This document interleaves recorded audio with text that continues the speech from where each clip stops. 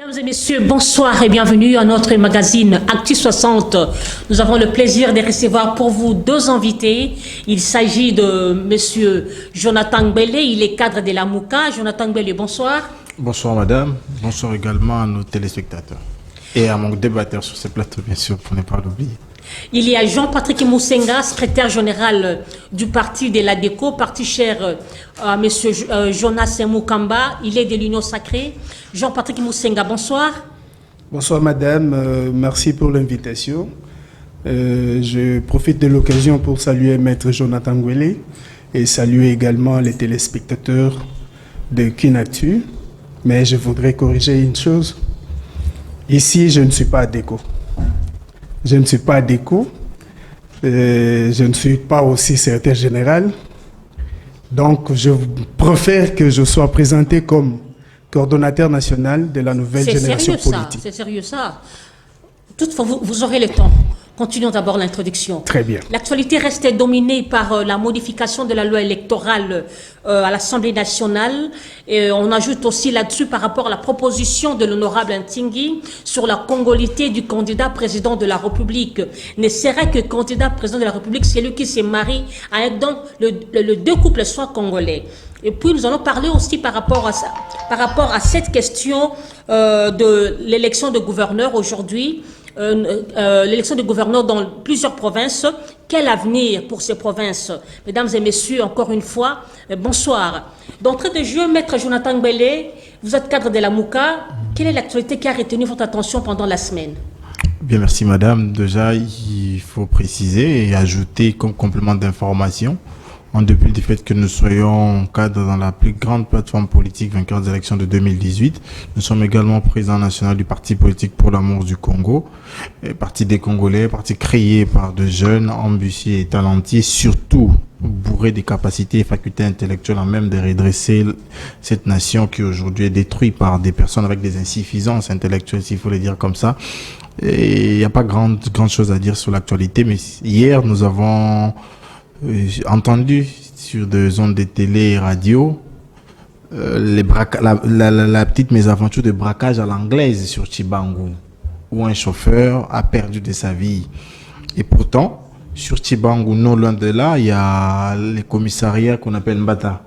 On se pose la question que ces inciviques armés débarquent à Tchibangu, tirent, volent jusqu'à laisser des morts. La police était où? Pourtant, ils ont même un jeep.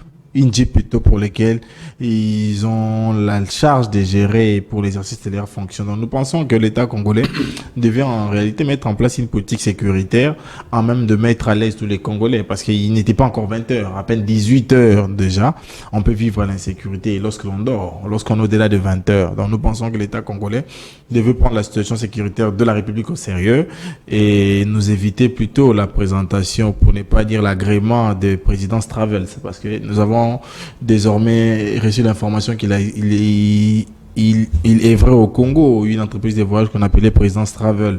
Donc cette entreprise n'a pas de raison d'être parce que le Congo a beaucoup de priorités, le Congo a beaucoup d'urgences pour lesquelles il faut mettre de l'argent et non dans une agence de voyage. Merci, maître Jonathan Ngbele. Avant de passer au second invité, Jean-Patrick Moussenga, je signale que vous êtes le président d'un parti politique. Oui, qu'on appelle Pour l'amour du Congo, PAC. Pour l'amour du Congo. Qui est un des partis sociétaires de la Mouka. Vous n'êtes pas trop jeune pour avoir un parti politique avant que Jean-Patrick Moussenga puisse réagir? Lumumba n'était pas aussi jeune pour être Premier ministre. Et aujourd'hui, Macron n'est pas aussi jeune pour diriger parmi les plus grandes puissances du monde qu'on appelle la France. Donc nous pensons que la question de la gouvernance, la question de la gestion relève ou dépend de trois choses. La capacité de concilier tout le monde, mettre ensemble les intellectuels, leur parler et se faire écouter. La politique managériale et l'offre politique que vous offrez. Je suis triste moi d'apprendre que le patriarche Moukamba a perdu la crème de mon pays. À la personne de Jean-Patrick, parce qu'il faut le dire, en dépit de tout ce que nous avons comme médiocrité dans l'union sacrée, Jean-Patrick Moussenga fait partie des crèmes qui relèvent encore les défis de cette union sacrée. Les téléspectateurs vont observer et vous allez être à l'arbitre. Nous aurons un très bon débat. Contrairement à ces débats qui est fait par ces communicants-là, les jeunes gens qui cherchent de l'argent. Les débats oisifs. Voilà, les débats Donc, sans vous déplorez. idée, sans information. C'est en fait ça la réalité. Donc moi je pense que les rares des communicateurs intellectuellement assis et autonomes, parce qu'il faut le dire, il n'a rien envié à quelqu'un, il vit, si je peux dire, à l'égalité d'un ministre. Donc il n'a pas envié. Ce sont des gens qu'il faut conserver. Et je ne sais pas la raison. J'aimerais pas aussi les savoir, mais je pense que l'avenir nous dira plus. Merci. Jean-Patrick Moussenga, je reviens à vous. Vous êtes le secrétaire général adjoint de l'ADECO, membre de l'Union Sacrée. Jean-Patrick Moussenga, quelle est l'actualité qui a retenu votre attention au courant de la semaine? Madame, vous revenez toujours sur ça. Je dis que je suis coordonnateur national de la nouvelle génération politique et président national Et de pourquoi l'ONG. vous fouillez? Jean-Patrick a... Vous êtes honte de la gestion de l'Union Sacrée? Jean-Patrick a l'impression de fuir quelque chose. Ce n'est pas dans mes habitudes. Je refuse seulement que je sois présenté comme tel. Je suis président national d'Avovic et coordonnateur national de la nouvelle génération politique. Qu'est-ce qui Voilà ce que motive je votre suis. refus, Jean-Patrick Moussenga? Je refuse parce que, bon, ici, je ne suis pas venu comme ADECO. Quelle est l'actualité qui a retenu votre attention au courant de la semaine? Au courant de la semaine, nous avons enregistré qu'à l'est de la République, le FRDC se battent et font preuve du patriotisme. Et pour cela, ça doit faire appel à la responsabilité de l'État pour que l'État mette au profit de ce genre ce dont ils ont besoin, à la hauteur des efforts qu'ils fournissent pour que notre pays retrouve sa place d'un pays en Afrique. En dehors de ça, tu sais que je suis engagé pour combattre pour les victimes de guerre. Il y a des tueries au Kasaï. On a signalé une tension, je vais l'appeler ainsi, à Chikapa. Certaines ethnies contre d'autres. Il semble que les ressortissants du Bandundu, du Grand Bandundu, seraient en train d'être menacés à Chikapa. Ce sont des choses que nous ne devons pas tolérer dans un pays qui se recherche encore comme le nôtre. Et voilà. Merci beaucoup. Entrons dans le vif du sujet. Maître Jonathan Ngbele, ça fait débat sur la toile, sur la modification de la loi électorale. L'AMUCA n'est pas d'accord avec cette modification de loi. Nous voulons un peu savoir qu'est-ce qui vous gêne dans cette modification de loi. Et d'ailleurs, je signale que vous projetez un sit-in devant le Palais du Peuple demain vendredi. Qu'est-ce qui ne va pas? Bien, merci madame. Déjà, il faudrait que je demande aux Congolais d'être nombreux. Demain, aux alentours de 8 h, devant notre maison, qu'on appelle Palais du Peuple, parce que c'est notre maison à nous, en sit-in de protestation contre 3 faits ou 3 situations. La première, c'est ce passage en force de l'Union Sacrée et de cette bande de dictateurs qui pensent que la gestion ou l'attitude mobouticienne devait continuer. Et en deuxième lieu, la restitution de notre argent perçu par la RAM, qui n'est rien d'autre que rançonner à volonté mon peuple. Troisièmement, c'est protester contre l'incapacité d'une gouvernance de faciliter une meilleure condition de vie aux Congolais. Donc nous protestons contre la vie chère au Congo. Mais vous avez posé une question intéressante, la question de la loi électorale. Qu'est-ce qui fâche? Madame, il faut déjà noter que c'est pour la première fois qu'une loi électorale divise les Congolais. En RDC, ça il faut noter. Pourquoi? Parce qu'en 2018, l'unique fois où une loi électorale a failli nous diviser, 2 personnes ont utilisé leur sagesse. Pour ne pas dire qu'ils ont utilisé leur intelligence. Il s'agit là de M. Njalan Njoko Oba et M. Léon Kingo Adondo. Le premier, considérant le fait que les mélanges 2 élections où la conditionnalité des élections par un recensement et la présence du seuil électoral dérangeait la population et même la classe politique, avant l'examen de la loi, il a appelé à la salle du banquet de l'Assemblée nationale toutes les forces vives et politiques, où la CENI avait pour obligation d'expliciter en long et en large les biens fondés du seuil électoral. Ce qui fit convaincre la plus grande majorité de la classe politique. La société civile était partie prenante. Un seul point qui fâchait, parce qu'en ce temps-là, M. Minakou devait faire exécuter le mot d'ordre de son parti politique et de sa famille politique, c'était la question du recensement. Et là, l'opinion, à travers ses délégués, avait compris qu'il fallait faire parler la rue. Et lorsque la rue a parlé, principalement les étudiants de Nukin, et qui aujourd'hui sont sans abri, il faut le dire, les hommes sont fermés depuis plus de 2 ans, ont été devant pour protester, et Kengo Adondo a pris la décision de sagesse. Il a écouté la voix de la raison. Il avait écouté la voix de la rue. Voilà, ça veut dire que la question du recensement a été mise de côté et nous sommes allés aux élections.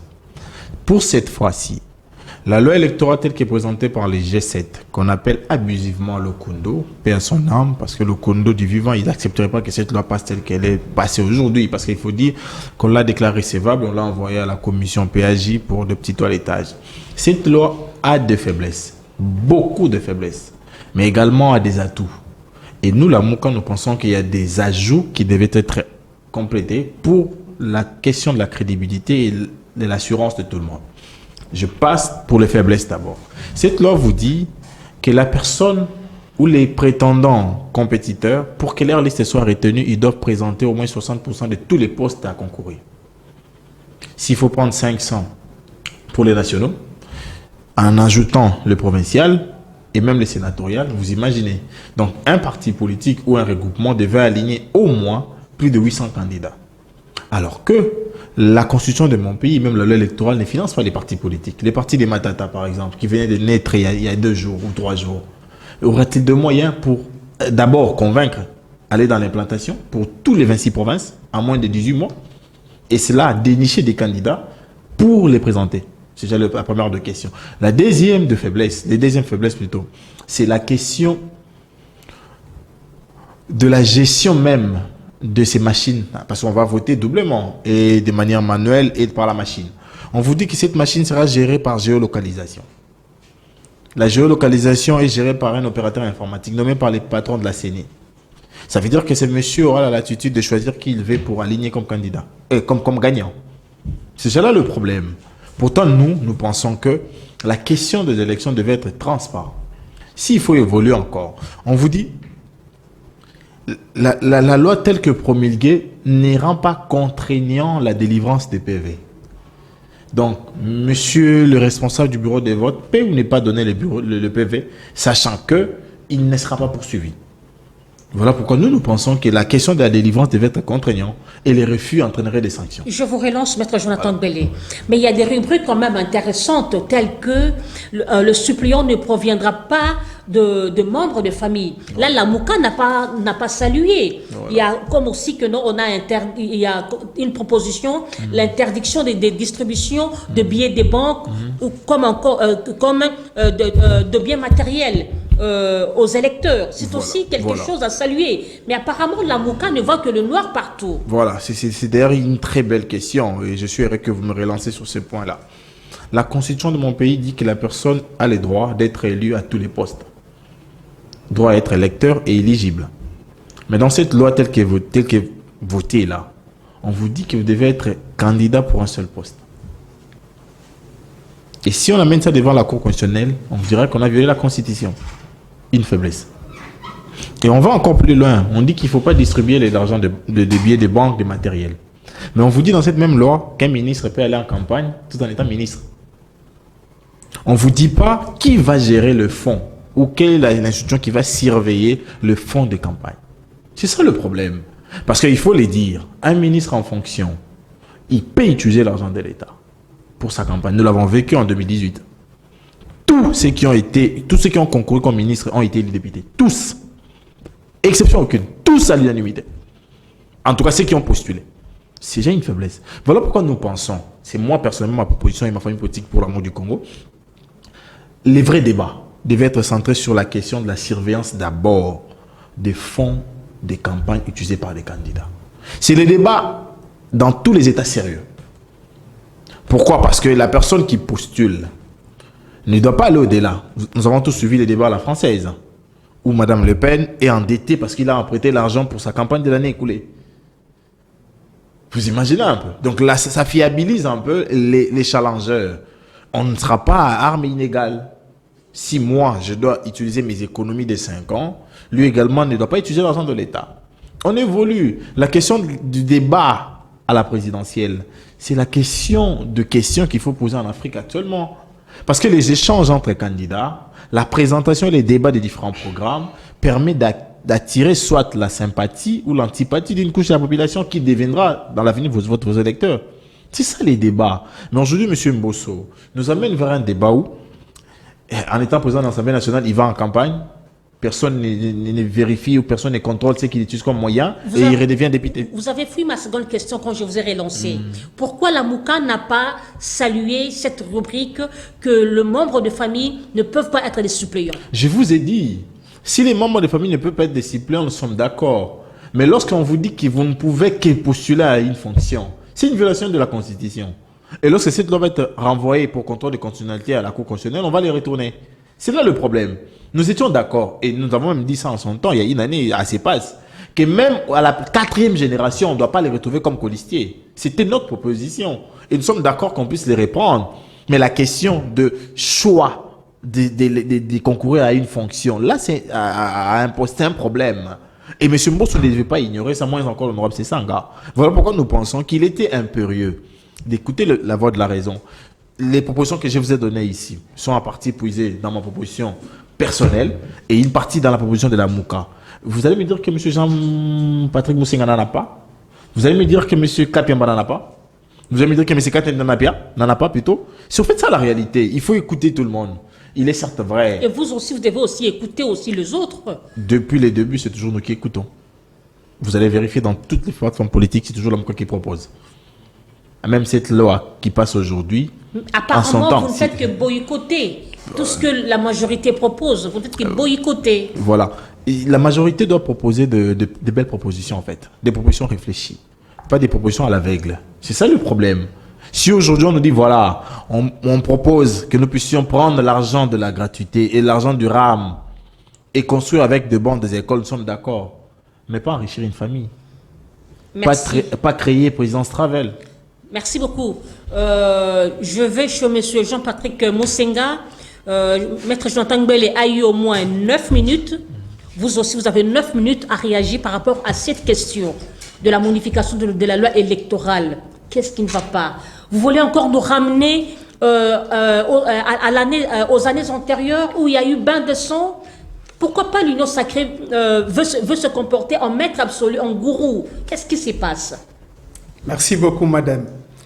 Vous sentez l'intervention de Maître Jonathan que la valeur n'attend pas le nombre d'âge. Vous qui pensez qu'il était peut-être trop jeune pour être président d'un parti. Donc, moi je suis fier d'être congolais parce que Dieu a donné tout au Congo. Donc, pour revenir à votre question, madame, Maître Jonathan, je pense qu'il a été explicite dans ce qu'il a dit. Il a parlé des faiblesses, ce qui est normal. Parce qu'une loi étant une œuvre humaine, ne peut pas être parfaite. Elle a certes des faiblesses. Mais les autres personnes qui ne sont pas d'accord avec cette loi n'utiliseront pas ces concepts de faiblesse. Lorsque l'on présente les faiblesses, que l'on ne dise pas que c'est la majorité qui a proposé la loi, madame. C'est la CENI qui a proposé la loi. Parce que bien tout à l'heure, là, vous avez dit, qu'est-ce que vous nous voulez? Vous voulez nous retourner comme si c'est la majorité qui a proposé cette loi. Non, c'est la CENI qui a proposé cette loi. Cette loi est pour l'opposition et pour la majorité, il y a des choses à recadrer dedans. Mais soutenu plus par les membres de la majorité présidentielle.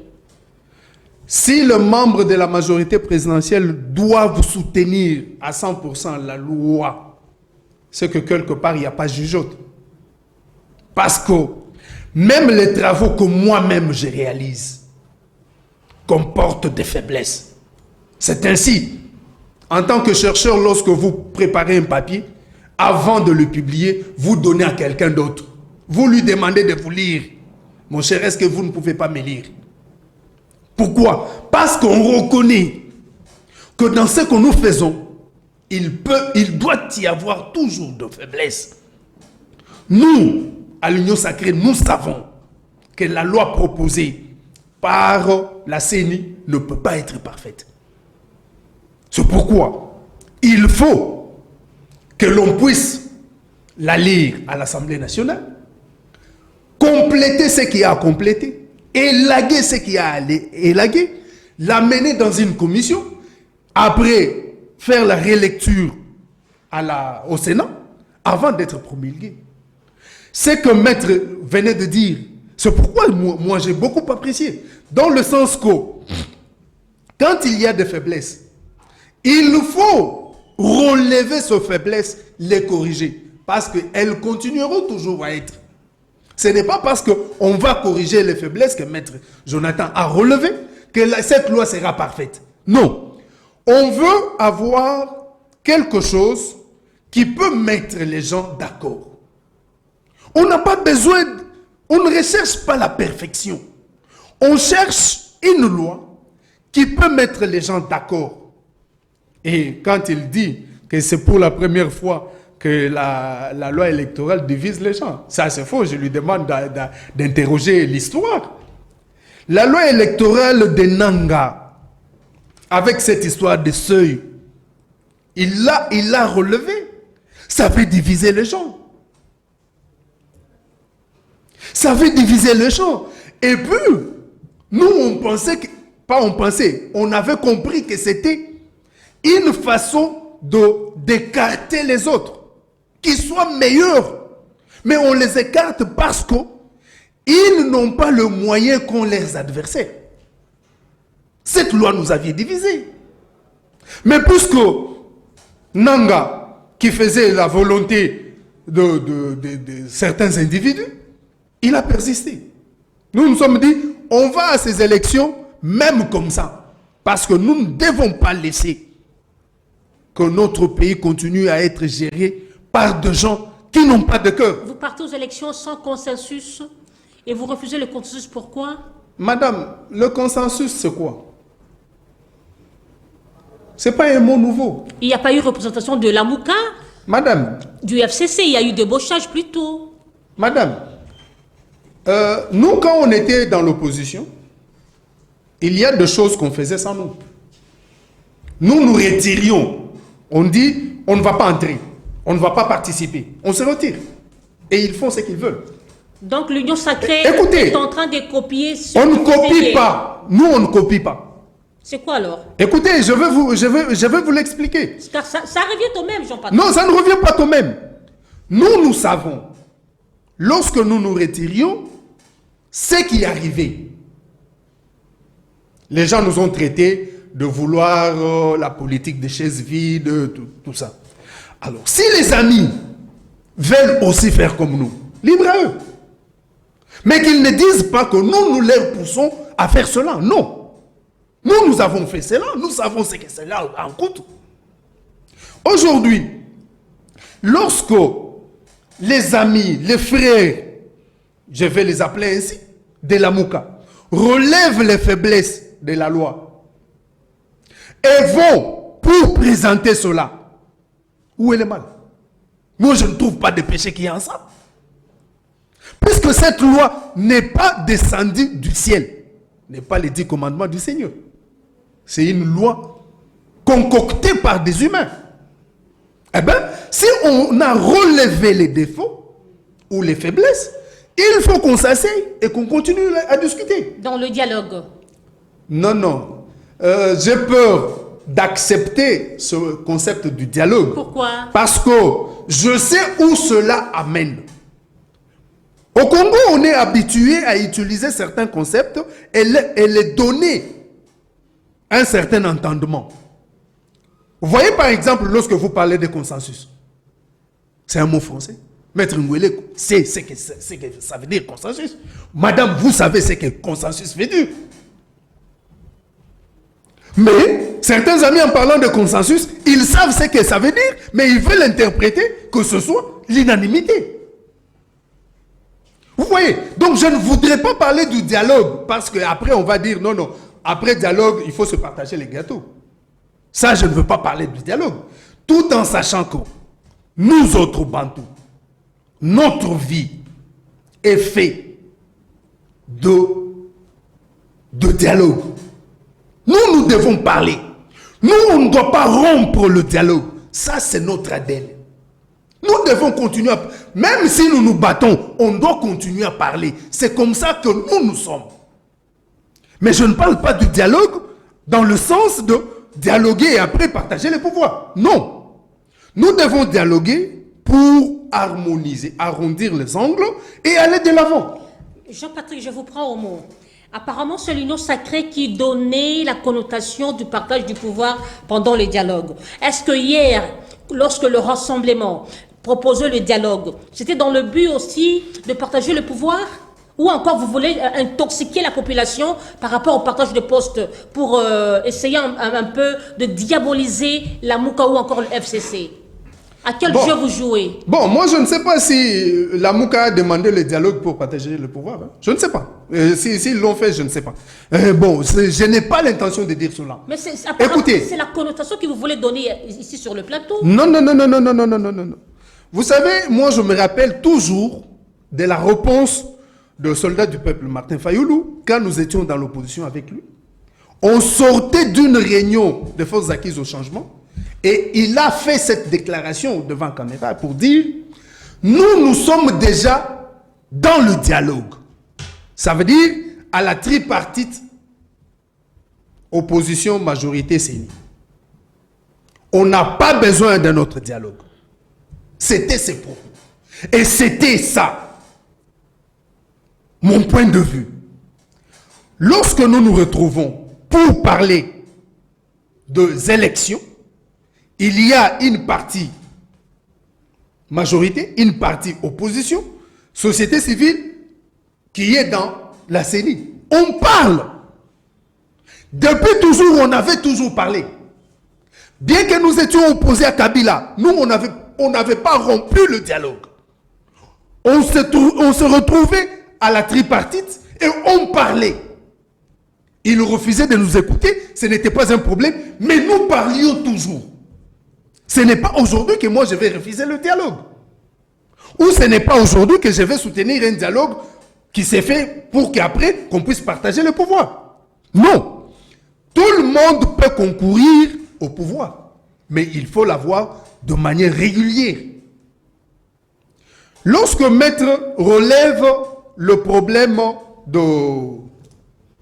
de plusieurs postes à concourir, c'est un problème sérieux.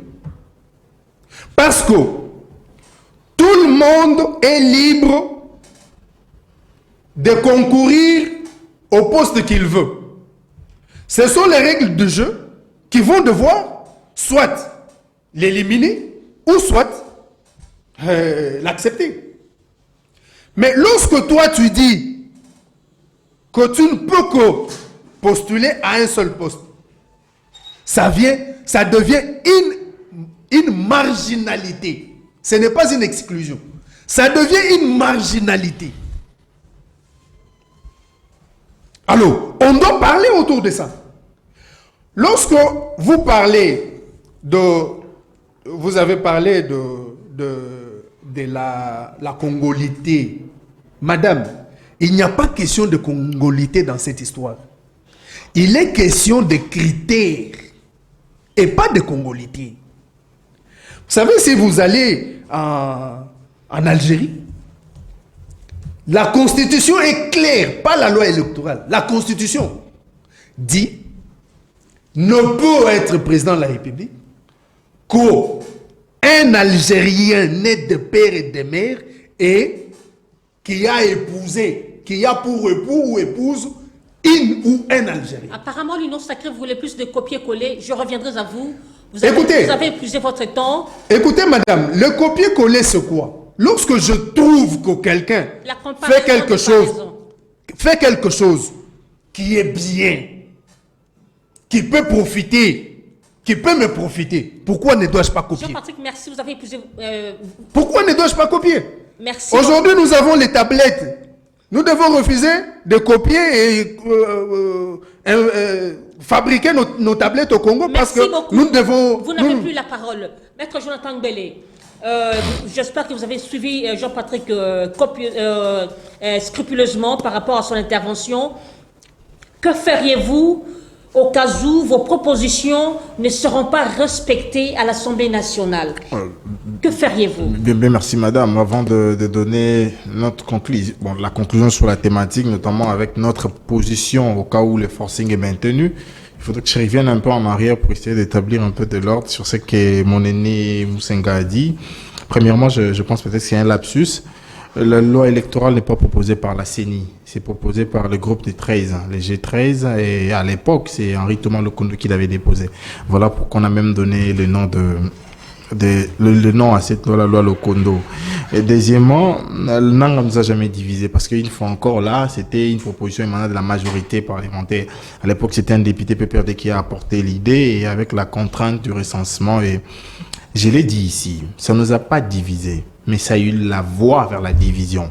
Voilà pourquoi Minakou, sentant cet élan venir, il nous a invités. Il a invité la classe politique à la salle du banquet, où la CENI est venue présenter pourquoi est-ce que lui soutenait la question du seuil, notamment pour lutter contre la question de cette multiplicité de partis politiques. Et la plupart n'ont pas d'assises et ne sont pas en mesure de mettre de moyens pour les candidats. Voilà pourquoi la situation de seuil venait plutôt fédérer les partis en créant les regroupements politiques. Ça, c'est un élément. S'il faut aller encore loin, vous parlez de la situation de pas d'accord, c'est retiré. En fait, c'est les souhaits, c'est votre souhait, nous le savons.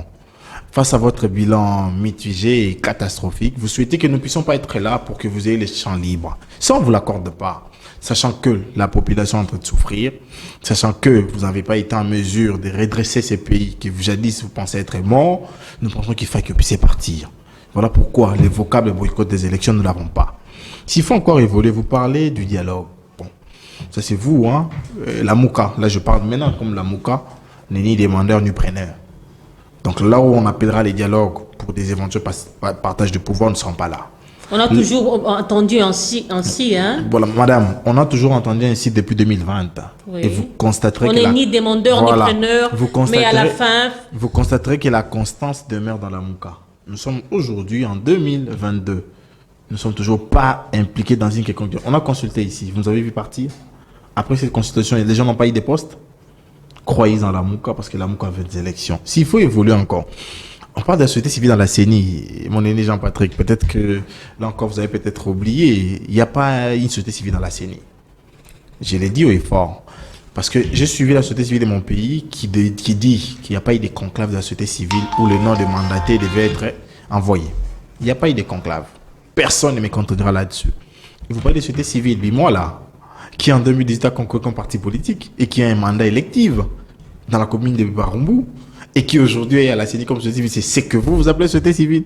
J'ai dit non parce que je pense que comme quelqu'un qui a œuvré dans la société civile, vous en maîtrisez quelque chose. La question de la congolité, je vais citer par là. Je suiciderais un peu d'attendre un scientifique épouser cette idée qui du reste est rétrograde et des très mal postures pour les Congos. S'il faut seulement parler de épouses qui devaient être de nationalité d'origine comme l'époux. Prenons l'exemple du Congo-Brazzaville, où Mama Poto, et qu'on l'a dit ici, elle empêche Sassou Nguesso de prendre une ordonnance, elle empêche Sassou Nguesso d'œuvrer pour le développement des Brazzaville. Je ne me limite pas là, je vais au Gabon. Père son âme, Omar Bongo, qui avait épousé Edith Lucie Bongo. Voilà. Une Congolaise de Brazzaville. Est-ce c'est la présence d'Edith à côté de Omar Bongo qui a bloqué la signature de Omar Bongo? Ou qui a empêché Omar Bongo de travailler pour le développement du Gabon? Non, c'est une très mauvaise appréhension du développement. Parce que le développement est facteur de plusieurs corollaires ou éléments. Il y a la question de la compétence, il y a la question du profit, il y a la question de l'atout et les dévouements qui entrent en jeu. Parce que vous pouvez avoir une épouse malienne, burkinabéen, mais si vous êtes dévoué pour votre pays, si vous avez le profil qu'il faut, si vous êtes intelligent, si vous avez fait ces bons castings-là avec des très bons collaborateurs, vous allez émerger et vous allez envoyer votre pays vers le développement. Et si et seulement si les forcings continuent, ça c'est votre question. Oui, parce que nous sentons ces forcings continuer, parce que nous avons appelé à ces consensus. Mbosso n'a pas voulu. Il est allé de manière totalitaire et dictatoriale vers l'examen en force de cette loi-là. Mais nous disons ceci. Si le long de la gouvernance actuelle maintient sa position, nous allons nous demander au lion tranquille, qui est le peuple, de prendre ses responsabilités. Et rassurez-vous, madame, la façon dont cette bande d'union sacrée va être jugée dépassera le jugement qu'a connu les anciens soviétiques au tribunal de Nuremberg. Vous promettez le pays d'être à feu et à sang comme... Non, on a jugé des gens. Mais vous imaginez le taux de peine. Vous imaginez la sévérité avec laquelle ils ont été sanctionnés. C'est en fait ça la réalité. Parce qu'aujourd'hui, le Congo a besoin non pas seulement d'une loi qui rencontre l'assentiment. On m'a dit qu'il semblait qu'ils sont à 380. Non. Mais une loi qui rencontrait l'assentiment de la plus grande majorité. Nous sommes d'accord que l'œuvre humaine n'a jamais été parfaite. Mais l'œuvre humaine doit tendre vers la perfection. Et lorsque l'on tend vers la perfection, c'est en obtenant l'assentiment de la plus grande couche de la population. Si aujourd'hui, nous plions bagage, nous allons avec ces élections, nous aurons pour la 4e fois un cycle électoral qui débouchera aux plus grandes contestations que les Congos n'ont jamais connues. Merci beaucoup. Jean-Patrick Moussenga, vous entendez déjà, il y a des protestations. D'ailleurs, il y a les laïcs protestants et catholiques, ainsi que l'FCC et la Mouka qui font bloc pour contrecarrer vos propositions. Que feriez-vous face à ces contestations farouches qui se pointent à l'horizon? Vous serez en mesure? Madame, une société où il n'y a pas de contradiction, cette société ne peut pas avancer. Et si le pays serait demain à feu et à sang, vous serez responsable? Ce n'est pas parce qu'il y a de contradictions qu'on va appeler le sang et le feu. Non. Nous devons évoluer dans nos diversités. Parce que même le Seigneur Jésus n'a pas mis tout le monde d'accord. Ça veut dire que ce que nous faisons, nous devons le faire pour le bien du Congo. C'est d'abord ça l'idéal. S'il y a des gens qui ne comprennent pas, ce n'est pas un problème. Ils vont contester. Mais si on le fait pour le bien du Congo, eh bien, cela va se justifier après. Il a évoqué ce que les autres ont connu en soviétique. Ça, je suis en train d'en appeler à notre peuple. Parce que lorsque c'est tout le monde qui passe qui dit notre peuple, notre. Et ce peuple-là est où? J'en appelle à notre peuple qu'il leur n'est pas à nous faire ou à faire le cadeau aux dirigeants. Non. Nous devons être plus exigeants, plus regardants que jamais vis-à-vis de nos dirigeants. Parce que et ce sont des individus qui vont passer, mais la nation va rester. Si eux aujourd'hui ne font rien ou encore travaillent de façon à ce que le Congo ne puisse pas gagner, eh bien, demain c'est le Congo qui va perdre. Eux, ils vont passer. C'est pourquoi le peuple, c'est le même appel. Nous lançons l'appel à notre peuple de ne pas faire cadeau aux dirigeants. Mais lorsque quelque chose est fait, il faut le reconnaître.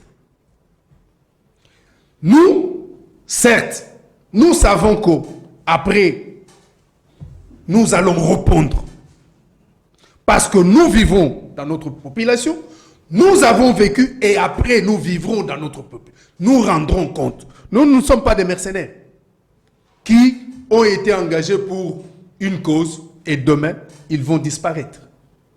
Donc, pour cela, moi je reviens en disant que ce n'est pas notre vouloir que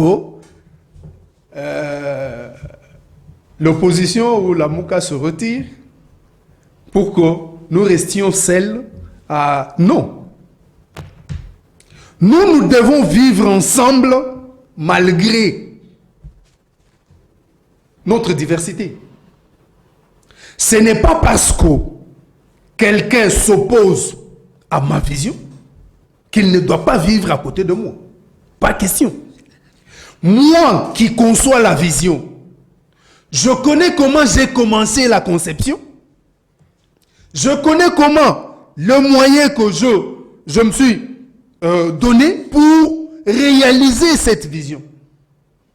Alors, s'il y a quelqu'un d'autre qui ne comprend pas, et pour lui, il pense que je suis dans l'utopie, eh bien, s'il veut aller en opposition, il n'a qu'à s'opposer. Mais où est le problème? Où est le problème?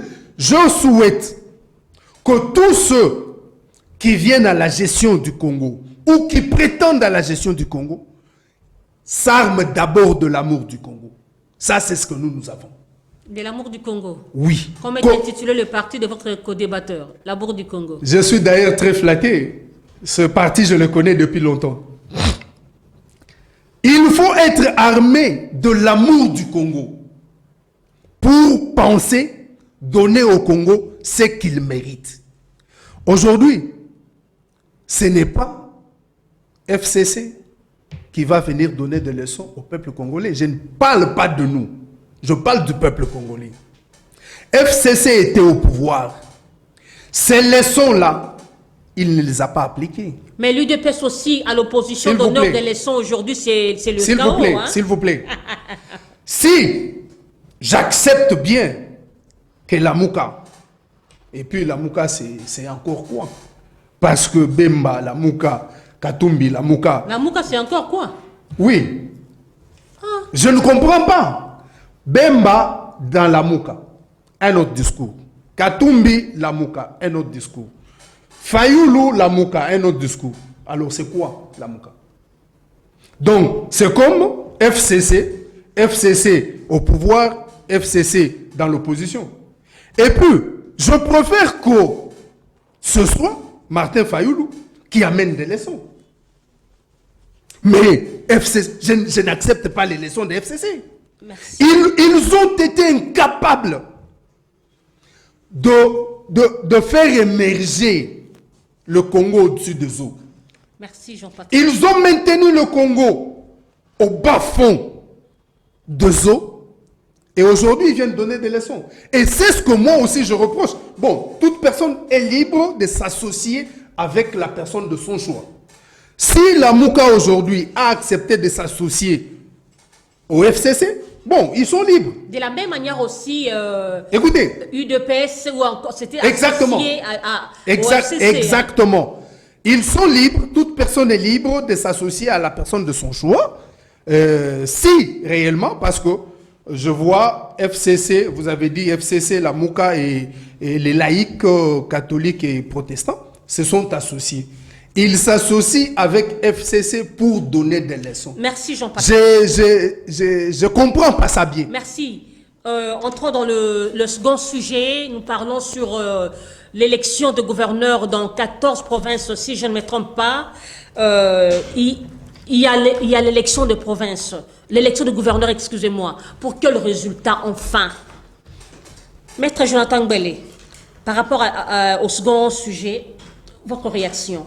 Bien, merci madame. Quel profil pour la bonne gouvernance dans nos provinces? Quel profil de gouverneur? Je suis heureux du choix de cette thématique.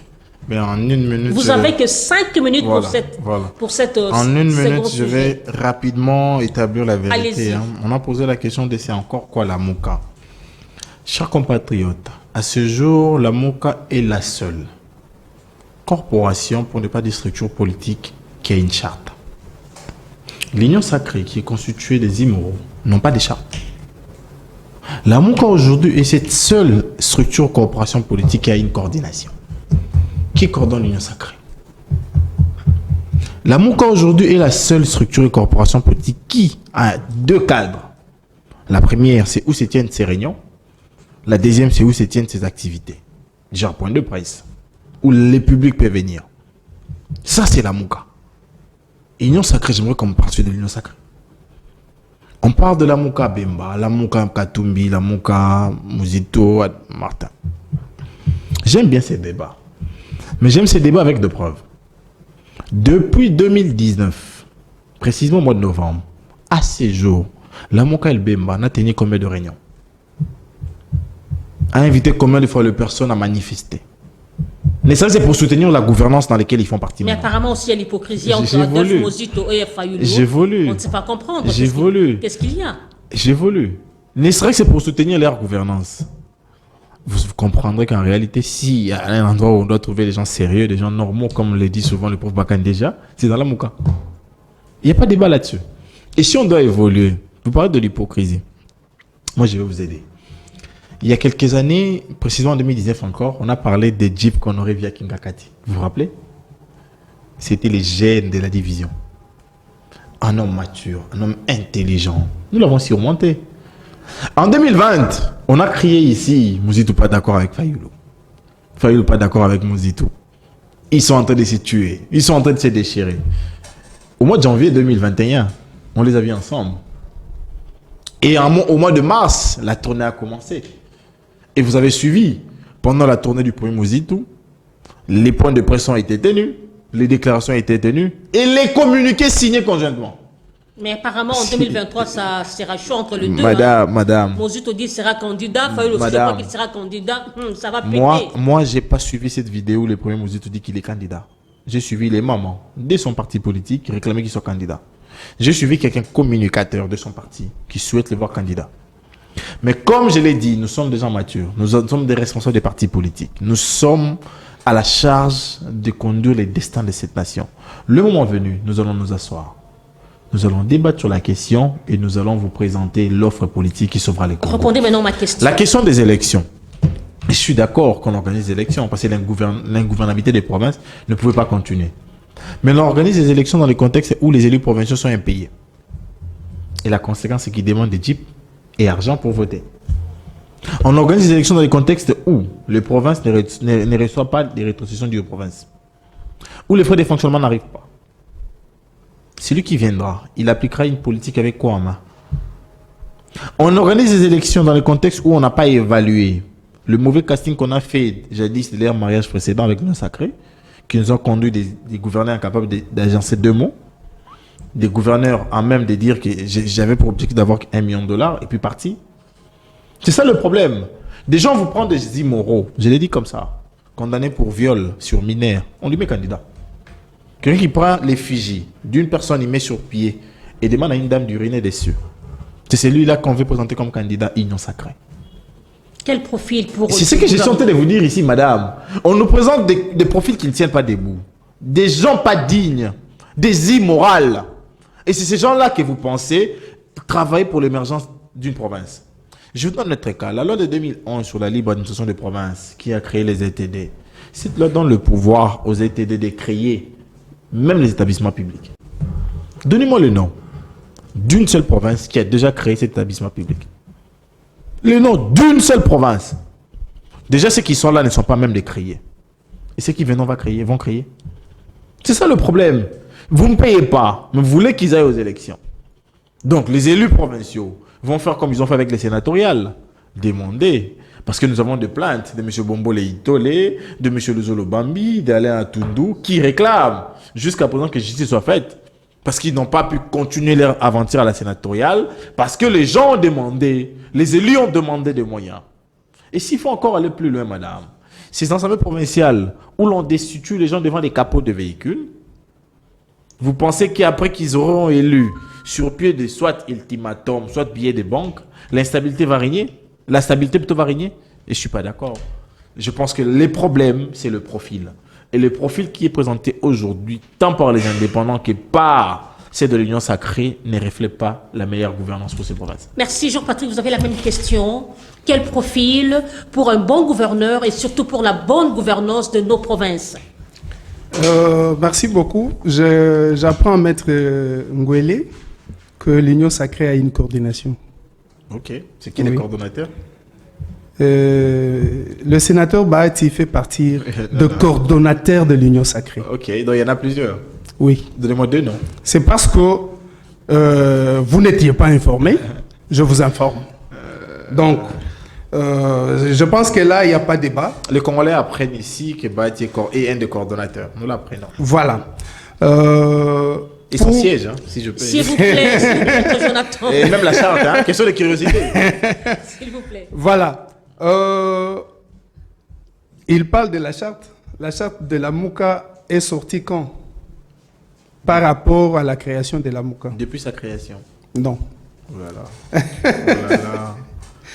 Voilà. Vous sentez que Maître Ngwele a dévié la question. Vous lui avez demandé le profil du candidat gouverneur. Peut-être qu'il n'est pas intéressé, c'est pourquoi il n'en a pas parlé. Madame, vous savez, moi je pense que ces élections, c'est juste pour compléter les vides. Parce que le mandat du gouverneur devait être de 5 ans. De 5 ans, oui. Mais ceux-ci vont entrer et ne faire que 13 mois ou... Et vu l'état dans lequel se trouvent nos provinces, quelle est cette politique, ce projet que vous pouvez amener pour relever une province dans 12 mois? C'est vraiment compliqué. Mais comme on ne pouvait pas laisser continuer les intérimaires, c'est ça aussi le problème. Mais vous ne pensez pas que c'est l'Union sacrée qui est à la base de tout ça, pour avoir déstabilisé les gouverneurs qui n'étaient pas dans sa vision, comme Richard Naouej. Mouyej. Excusez-moi, merci. Oui, parce qu'il y a un Naouej ici, je comprends. Richard Mouyej. Richard Mouyej. Celui-là, c'est mon aîné. Il y a eu qui c'est Zoé Kabila a été aussi destitué pendant que les choses marchaient dans leur province. Mais aujourd'hui, vous regrettez. À qui la faute? Gouverner, c'est prévoir, c'est organiser. Madame, je voudrais que l'on réfléchisse à reculons. C'est un exercice parfois banal, mais bon. Après 1+4, tous les bourgmestres, le gouverneur, les administrateurs de territoire et tout ça sont devenus PPRD ou même ceux qui étaient dans MLC, ceux qui étaient au RCD, ils sont tous devenus du PPRD. Et le PPRD, avec son ancienne majorité présidentielle, qui est devenue Alliance pour la majorité présidentielle et qui est devenue majorité présidentielle après FCC à la fin, a conduit le pays dans cette vision unique. Et quand il y a eu les élections de 2018, la majorité de gouverneurs était FCC. Tshisekedi a accepté de composer avec eux. Tshisekedi n'a pas refusé aucun d'eux. Mais après,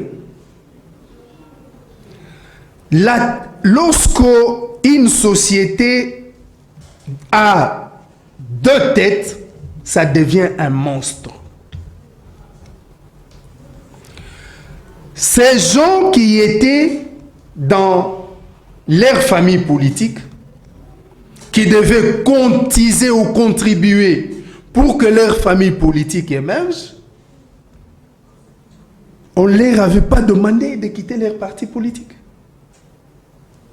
Mais ils devaient s'inscrire dans la vision de celui qui est venu. C'était Il ne devait pas adhérer. une obligation. Non, parce que le pays n'est pas fédéral. Nous sommes, Nous ne sommes pas un pays mais nous sommes fédéral. dans un pays dit démocratique, Jean-Patrick. Écoutez, madame, nous ne sommes pas dans un pays fédéral. Nos provinces ne sont pas des fédérations. Nous sommes dans un pays unitaire. Bien sûr, fortement décentralisé. Cela veut dire que la vision reste unique. Merci. Bien sûr, chacun doit avoir dans cette vision ce qu'il peut faire pour relever sa province. Merci. Mais ce n'est pas ce qui est arrivé. Merci. Il y a eu de l'indiscipline, il y a eu des guéguerres. Il y a eu de menaces à leur endroit aussi. Merci. Bon, je ne pense pas qu'il y a eu de menace. Si c'est lui, Homme s'il y a une signal, personne homme qui a signal, constaté que une nous menace, sommes déjà arrivés à n'a la qu'à fin. venir nous brandir cette menace. Merci, Maître Jonathan. Nous sommes arrivés à la fin de l'émission. Vous avez 1 minute pour la conclusion. Déjà, je vous remercie de l'invitation, mais je vais quand même remettre de l'ordre ici. La charte de la Mouka fut signée le 11 novembre 2018 par tous les fondateurs lors d'un point de presse. À noter. On voit plus on parle de profit. Je l'ai dit ici, l'Union sacrée nous présente des immoraux. Il y a des gens qui ont été condamnés par décision de justice pour viol sur mineurs. Il y a un élu de Kinshasa qui a demandé à une dame d'uriner sur la photo d'un monsieur ici. Et s'il faut parler du profil, on commence d'abord par les condamnés pour viol sur mineurs. Et même le monsieur qui demande qu'on urine sur la photo là. Ils ont fait quoi? Mais ça, c'est pas le profil, maître. S'il vous plaît. S'il vous plaît. Parce s'il vous que plaît. la question de la gouvernance d'une république dépend des atouts et des facultés d'un chacun. Il apportera quoi à son titulaire? Il apportera quoi à son exécutif pour son développement? C'est déjà là le problème. Et s'il faut aller encore plus loin, les élections qui bafouent les lois de la République, je vous donne un cas. Veuillez conclure. Voilà, j'ai conclu d'ailleurs. Nous avons un arrêt du Conseil d'État qui dit clairement qu'on ne peut pas organiser l'élection au Congo central parce qu'elle a réhabilité un gouverneur destitué. Mais on va aux élections quand même. Merci. Jean-Patrick, votre mot de la fin. Je suis content que vous m'ayez invité dans votre émission, madame. Je demande à ce que, actuellement, que lorsqu'il s'agit du Congo, que personne n'amène ses idées préconçues ou encore ne vienne défendre son camp pour l'intérêt de ce camp et laisser notre peuple croupir dans la misère. Parce qu'aujourd'hui, nous ne devons pas être là pour défendre un individu et laisser le peuple souffrir et mourir de sa mort précipitée. Donc, je salue toutes les victimes de guerre. Je devais commencer par là. Je pense que moi, là, je me suis donné à la cause des victimes de guerre. Aujourd'hui, le 13, nous serons à la Cour de cassation pour les situations macabres qui se passent au Kasaï oriental. Merci. Et au Kasaï au Kasaï. Merci beaucoup. Mesdames et messieurs, nous sommes arrivés à la fin de notre émission. Merci de votre attention soutenue. Maître Jonathan Ngbele, merci. Merci, madame. Jean-Patrick Moussenga, merci. Merci, madame. Que Dieu bénisse la République démocratique du Congo, que Dieu bénisse Kinactu et que Dieu garde son peuple. C'était là, Actu 60, le débat intelligent. Au revoir, Inch'Allah. Selfie, s'il vous plaît.